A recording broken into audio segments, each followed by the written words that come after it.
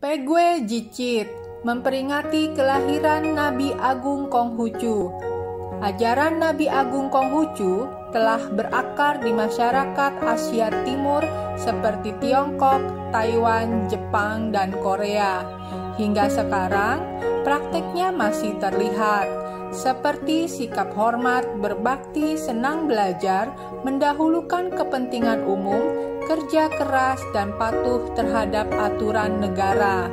Bahkan, dalam upacara perkabungan dan perkawinan masih terlihat jejak ajaran Nabi Agung Konghucu.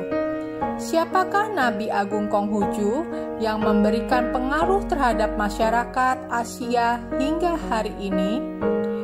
Beliau dilahirkan pada tanggal 27 bulan 8 Imlek tahun 551 sebelum Masehi di negeri Lo, Provinsi Shantung.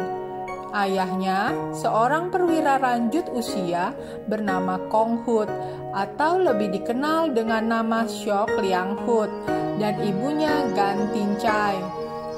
Pada saat malam menjelang kelahiran Nabi Agung Konghucu, konon kabarnya telah turun sepasang kilin untuk berjaga di sekitar tempat kelahiran, serta suara gaib nan merdu berkumandang di angkasa. Nabi Agung Konghucu sewaktu lahir diberi nama Kongqiu atau Tiongni. Ketika berusia 3 tahun, ayahnya wafat. Kemudian ibu Gan Tincai seorang diri membesarkan Kongqiu. Pada usia 7 tahun, Kongqiu mulai bersekolah. Pada usia 15 tahun, Kongqiu telah menetapkan hati untuk teguh dalam belajar. Nabi bersabda, "Aku bukanlah pandai sejak lahir, melainkan aku menyukai ajaran-ajaran kuno dan dengan giat mempelajarinya." Sabda Suci Jilid 7 pasal 20. Pada usia 17 tahun, Nabi terpaksa berhenti dari sekolah dan mulai bekerja pada keluarga bangsawan. Ketika Kongqiu berusia 26 tahun, ibunya meninggal dunia dan melaksanakan masa perkabungan selama 3 tahun.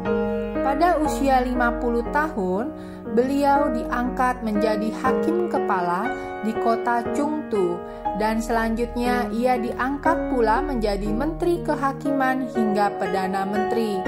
Karena pengetahuan dan pengalamannya, ia dapat melaksanakan sistem administrasi pemerintahan yang teratur dan dapat memelihara ketentraman dan keadilan bagi kehidupan masyarakat.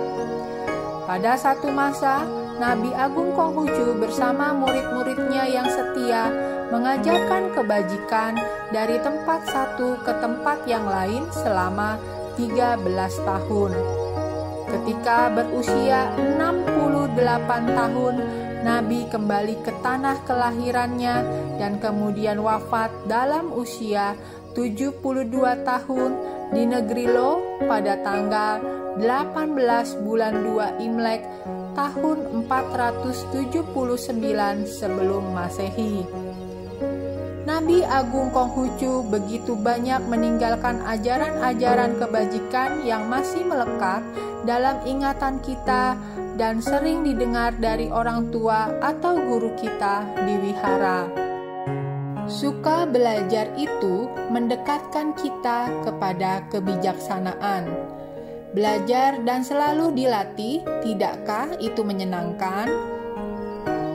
Seorang muda di rumah hendaklah berlaku bakti, di luar hendaklah bersikap rendah hati, hati-hati sehingga dapat dipercaya, menaruh cinta kepada masyarakat, dan berhubungan erat dengan orang yang berperi cinta kasih.